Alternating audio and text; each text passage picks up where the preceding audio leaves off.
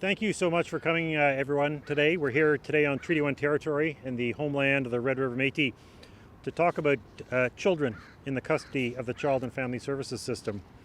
Because really, when we talk about Manitoba and Manitoba's future, this needs to be placed at the very core of what we need to change in this province. Manitoba Liberals want to work in partnership with Indigenous people. And look, all Manitobans need to recognize, and we should say this a lot, that what's good for Indigenous people is good for Manitoba, especially Indigenous children. And we want to start making things right so we can walk on a path of healing together. And that's why we're announcing that Manitoba Liberals will pay back the $338 million that was stolen from First Nations children in the care of Child and Family Services by NDP and PC governments. We will also commit to further restitution. This money belongs to these children, and it needs to be returned to them. And we really need to talk about this because this is actually an issue that dominates Manitoba's society, but we don't recognize it.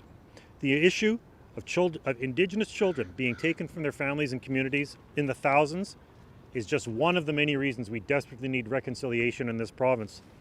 Because we talk about reconciliation and we do treaty acknowledgements and the harms of the past, and all the while, most of the politicians in this province are turning a blind eye to the harms of the present. We talk about residential schools, we talk about the 60s scoop, but we don't talk about the last 50 years in this province. Now, Murray Sinclair and Cindy Blackstock have said that CFS is the new residential schools. And I sometimes feel that the only politicians and the only party that really take that seriously are Manitoba Liberals. And I want to start by saying I don't like that this is a political issue. I don't want to exploit people's suffering. But when others won't speak up, we can't stay silent about it. I hope that people who are in CFS, whether they're children who are in CFS right now or were, if you feel alone, you need to know that there are people who care for you and people who believe that you matter.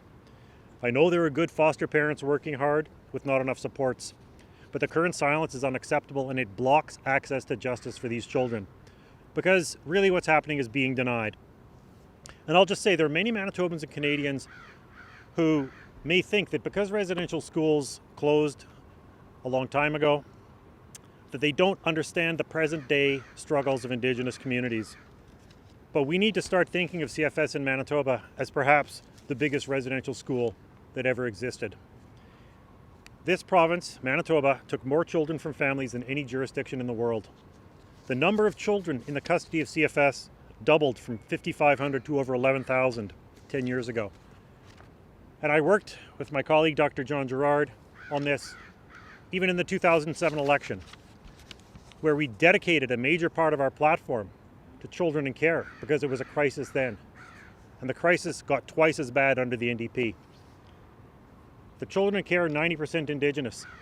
And for years, the Manitoba government and CFA agencies were taking up to a newborn baby a day, every day, for years on end.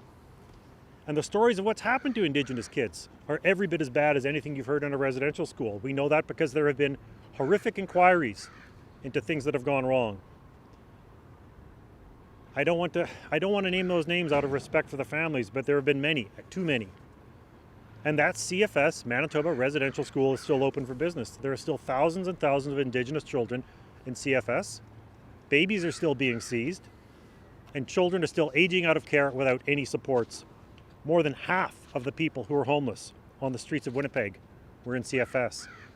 That's why we've said we need to have same-day housing and address homelessness as an act of reconciliation. Now, you think all of that is bad enough, but it gets worse because in 2006, the Manitoba government started pocketing the federal benefits intended for each one of those children, the Children's Special Allowance. In fact, if a CFS agency tried to pass the federal benefits to a family, it would be clawed back dollar for dollar by the Manitoba government. And it kept happening as the number of children rose and rose and rose. So as more children were taking and from their families and their communities, the more money that the Manitoba government was taking, tens of millions of dollars a year. And by the time it stopped in 2019, the amount of federal child benefits the Manitoba government had taken from Indigenous children was about $338 million. That's an estimate from the Assembly of Manitoba Chiefs. Literally stealing from children. There are individual children in care who've had placements in over 100 homes. It makes it impossible for them to form an attachment. There are kids who, when they reached 18 and their benefits ended, were instantly made homeless, and this is still happening. They'd get a bus ticket to the Salvation Army. And you know, these kids are so vulnerable. As I mentioned, more than half of Winnipeg's homeless population right now were in CFS at some point. That's the kind of parent the Manitoba government has been to Indigenous children that they took from their parents and their communities. And it's also the same with murdered and missing women and girls in Two-Spirited. They're almost all involved in CFS. There's a CFS to prison pipeline because these kids end up being abandoned. And often, too often, when you hear about a tragedy involving an Indigenous person in Manitoba, chances are they were also involved in the CFS system.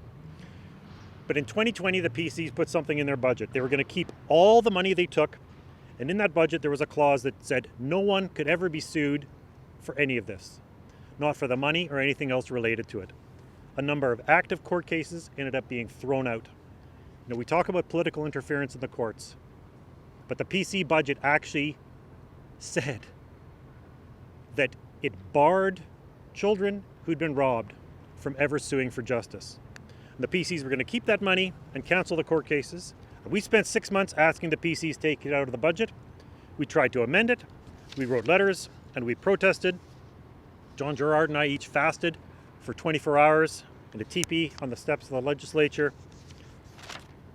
And we were visited during that time by family members, by folks from AMC, from the First Nations Family Advocate Office. And I thought of the impact of 11,000 children and babies being taken from their families, and the hurt, and what a colossal wound that is for our province. And really, that part of that budget was so immoral, I really could not conceive that anybody could vote for it. I'm still shocked by things that happen in politics, not because I'm naive, but because I have a basic sense that people can be better than that. We held out hope that we might get a last-minute change of heart or a reprieve.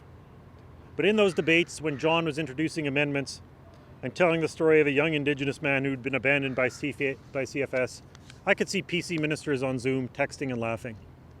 They weren't paying any attention. And I was crushed that they would vote for something so terrible.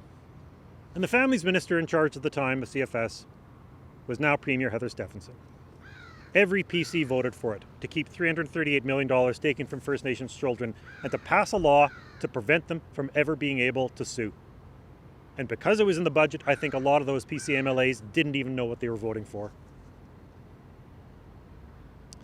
And I tell you, that was really hard. That really broke something inside me, because there are people who, even when you disagree, you want to think will be able to rise to the occasion when it really matters. And they didn't. And it scared me about our politics, because it makes me really, really hard to have an open heart, which you still need to have in this game. Because that's what we need to live together, especially when we're different, especially when difference is just a label.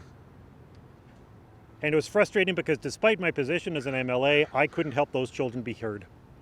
Because this should not be a partisan issue. It's about doing the right thing, finally, for these Indigenous children. But the PCs voted for it, and when the budget passed, we did something that no other party has done. We immediately committed to returning those funds and to stop the government from blocking those children's right to sue. Now, despite the law, AMC took the government to court and won anyway. The court found that Manitoba had violated the rights of those children from 2006 to 2019. AMC has a $1 billion lawsuit against the province of Manitoba. But we could all be spending less money on lawyers in court.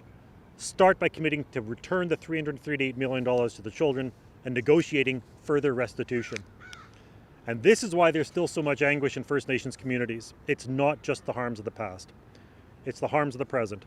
There are families and people who are being broken because Manitoba and the provincial government operates on the assumption that it's okay to take children and babies away from Indigenous families in a way that they don't for other families. But as a parent, that's a terrifying prospect. Now, I have to say, the NDP were also directly responsible for it. Current NDP MLAs and candidates, chiefs of staff and ministers, after they spent their time in here in Manitoba implementing this policy, have gone on to successful careers elsewhere in Canada. And that's why, when the NDP say they've changed, and that things aren't the same. It's just not the case because they won't talk about it.